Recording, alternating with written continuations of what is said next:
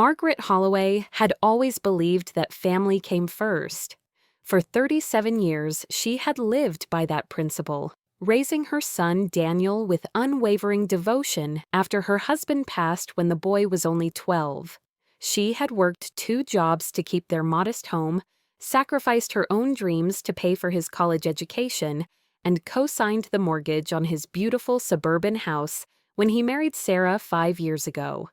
The December wind rattled the windows of her small apartment as she sat at her kitchen table, phone pressed to her ear, listening to words that would shatter her world. "Mom, I'm sorry, but we're not really expecting anyone for Christmas this year," Daniel said, his voice distant and uncomfortable. "Sarah's parents are coming, and with the kids and everything, it's just going to be, well, it's going to be a lot." Margaret's hand trembled slightly as she gripped the phone tighter. "But honey, we always spend Christmas together. It's been our tradition since—" I know, Daniel interrupted, the impatience creeping into his tone. "But things are different now. We have our own family traditions to think about. Maybe we can get together sometime after New Year's." "After New Year's," Margaret repeated, the words tasting bitter. "Daniel, I haven't seen you or the grandchildren since Emma's birthday in September. That was 3 months ago."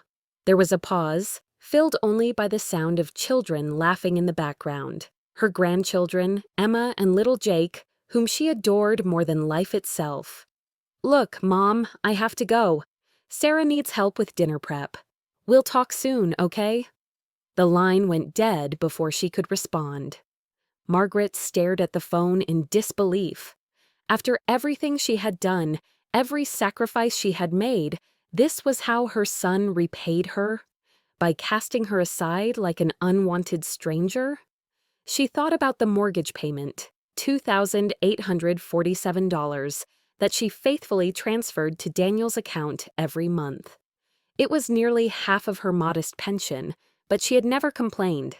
She had been proud to help her son build a life, to give her grandchildren a beautiful home with a big backyard and good schools. But apparently, that home didn't have room for her. The next morning, Margaret sat in her financial advisor's office, her hands folded neatly in her lap, as she explained her request. "I want to stop the automatic mortgage payments," she said quietly. Robert Chen, her advisor for over a decade, looked confused. "Mrs. Holloway, is there a financial hardship? We could discuss other options." "No hardship," Margaret replied, her voice steady. "I simply choose not to make those payments anymore." "But you're listed as a co-signer. If the payments stop, it will affect both your credit and Daniel's. Eventually, the bank could foreclose." "I understand the consequences," Margaret said, rising from her chair. "Please stop the payments effective immediately." As she walked home, Margaret felt something she hadn't experienced in years, a sense of control. For too long, she had given and given without expecting anything in return. Well, now Daniel would learn what it felt like when that giving stopped. The first call came 3 days later. "Mom, there's some kind of mistake with the mortgage payment." Daniel's voice was tense. "The bank says it was declined." "It wasn't a mistake," Margaret replied calmly, stirring her tea. "I stopped making those payments." "You what? Why would you do that?" "Because, dear, it seems I'm not part of your family anymore. And strangers don't typically pay other people's mortgages." "Mom, that's ridiculous. Of course you're family. It's just Christmas was—" "Not just Christmas, Daniel. When did you last call me? When did you last invite me over? When did you last ask how I was doing?" Her voice remained steady, but each word carried the weight of months of loneliness. There was silence on the other end. "I've been busy," he finally said defensively. "Work has been crazy. The kids have activities. Too busy for your mother, but not too busy to cash my checks every month. Look, we can talk about Christmas, okay? Maybe we can work something out." "No, Daniel." I won't be anyone's backup plan. I won't be someone you remember only when you need something." She hung up before he could respond. The calls became more frequent over the following weeks.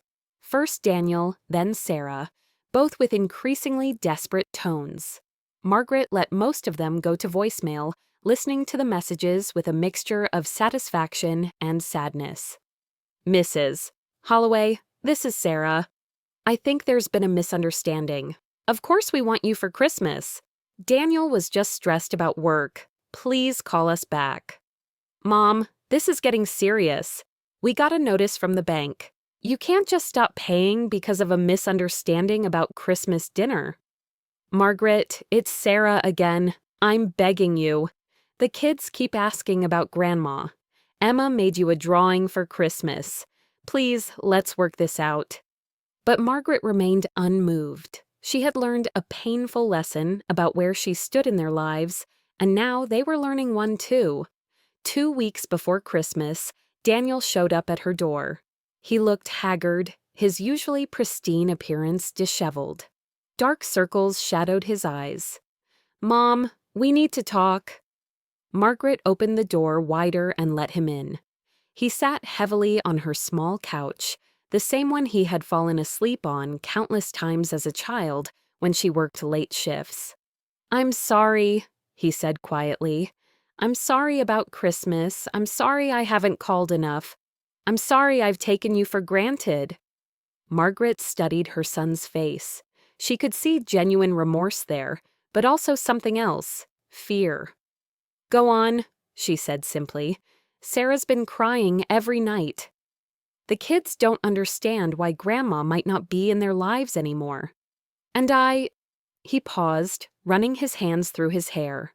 "I realized I might lose the house, or our house, the kids' home." "Suddenly, I matter again," Margaret observed. Daniel's face flushed. "It's not like that, isn't it? You were perfectly content to exclude me from your life when it cost you nothing. But now that there are consequences, now that you might lose something you value, here you are." "I love you, Mom. I never meant to hurt you." Margaret felt her resolve waver slightly. This was her son, her baby, whom she had loved from the moment he drew his first breath. But love, she had learned, could not be one-sided forever. Love is a verb, Daniel. It's not just a feeling, it's action.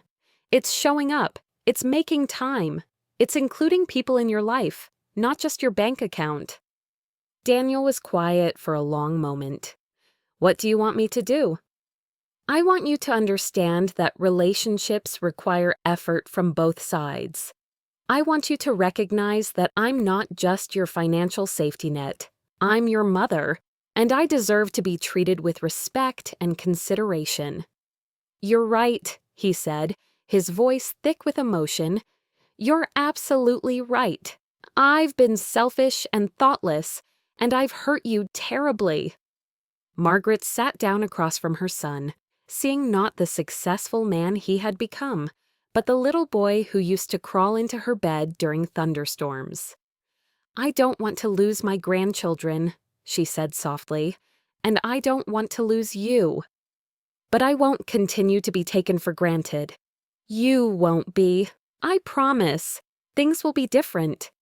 Promises are easy to make, Daniel. It's keeping them that matters." Daniel leaned forward, his hands clasped tightly together. What if we made a schedule? Regular dinners, maybe every other Sunday? And you could babysit the kids sometimes if you wanted to. They miss you so much, and Sarah could use the help. Margaret considered this. "And holidays?" "Every holiday, every birthday, every important moment." "I want you there, Mom. We want you there." Margaret studied her son's face, searching for sincerity. She found it there, mixed with fear and genuine regret. "The mortgage payments will resume when I see consistent effort," she said finally. "Not promises, effort. Show me that I matter to your family as more than just a bank account." Daniel nodded eagerly. "What about Christmas?" "It's only 2 weeks away. Please, Mom. The kids have been asking about you constantly. Emma even set a place for you at the dinner table every night, hoping you'd show up." At the mention of her granddaughter, Margaret felt her carefully constructed walls begin to crumble. Emma, with her gap-toothed smile and boundless curiosity. Jake, who still called her Gamma, and insisted she read him 3 stories every time she visited. "Sarah's parents?" she asked. "They'll be there, but so will you. As our guest of honor. Mom, you raised me. You sacrificed everything for me. You should be the one we're celebrating, not some afterthought we squeeze in if there's room." Margaret felt tears prick at her eyes, the first she had allowed herself since this whole ordeal began. "I don't want to fight anymore," she admitted. "I'm tired of being angry. I'm tired of being lonely."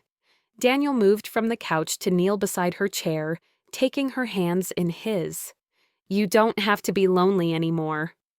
I'm sorry it took nearly losing you to make me realize what I was doing.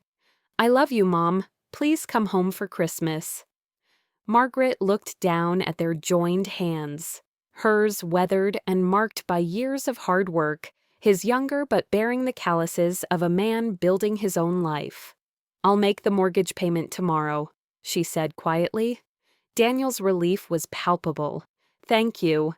"But Daniel," she continued, her voice firm again, "this isn't just about money. This is about respect, about inclusion, about remembering that the woman who raised you deserves better than to be forgotten, except when it's convenient. I know. I promise you things will be different." Margaret squeezed his hands. "They better be. Because I won't go through this again. Next time, I might not be so forgiving." Christmas morning arrived crisp and bright. Margaret stood before her mirror, adjusting the red cardigan Emma had given her last year. It was a little tight, but she wore it anyway, remembering how proud her granddaughter had been when she picked it out. When Daniel picked her up, she was surprised to see both children in the car, bouncing excitedly in their car seats. "Gamma! Gamma!" Jake shouted, reaching his chubby arms toward her. "Grandma, I missed you so much," Emma said, her voice serious with the gravity only a 7-year-old could muster. "I made you a present, and I wrote you a letter, and I told Mommy and Daddy they were being mean." Margaret laughed, the first genuine laugh she'd had in weeks. "Did you now?" "She sure did," Daniel said, catching Margaret's eye in the rearview mirror. "She told us that families should stick together, especially at Christmas." The day was everything Margaret had hoped for and more. Sarah had prepared her favorite dishes, the children showered her with homemade gifts and endless hugs, and even Sarah's parents, who she had only met briefly before, welcomed her warmly. As they sat around the dinner table, Margaret looked at the faces surrounding her. This was her family, imperfect, sometimes thoughtless, but ultimately loving. The crisis had forced them all to confront what really mattered. "I'd like to make a toast," Daniel said, raising his wine glass. "To Mom, the strongest woman I know, the best grandmother these kids could ask for, and the person who taught me that love isn't just about feeling something, it's about showing it every day." "To Gamma!" Jake shouted, raising his sippy cup, milk sloshing onto the tablecloth. "To Grandma," Emma added solemnly, "who taught us that sometimes you have to fight for the people you love." Margaret felt tears streaming down her cheeks, but these were different tears, warm and healing rather than bitter and angry. Later that evening, as Daniel drove her home, the children asleep in the back seat, he spoke quietly. "I've been thinking about what you said, about love being a verb. You're right. And I want you to know that Sarah and I have been talking about ways to do better. Not just because of the house, but because we want to do better. You deserve better."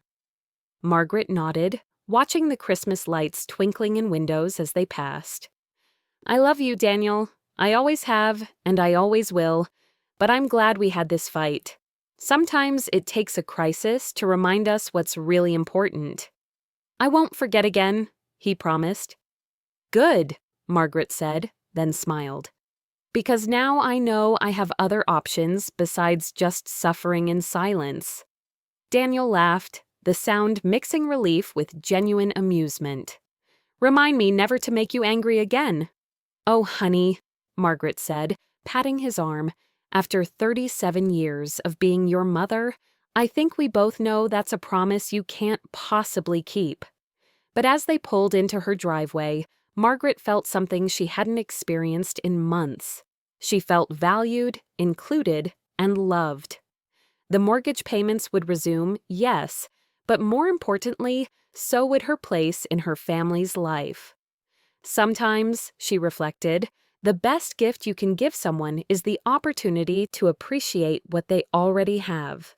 And sometimes, the most loving thing you can do is refuse to let someone take you for granted.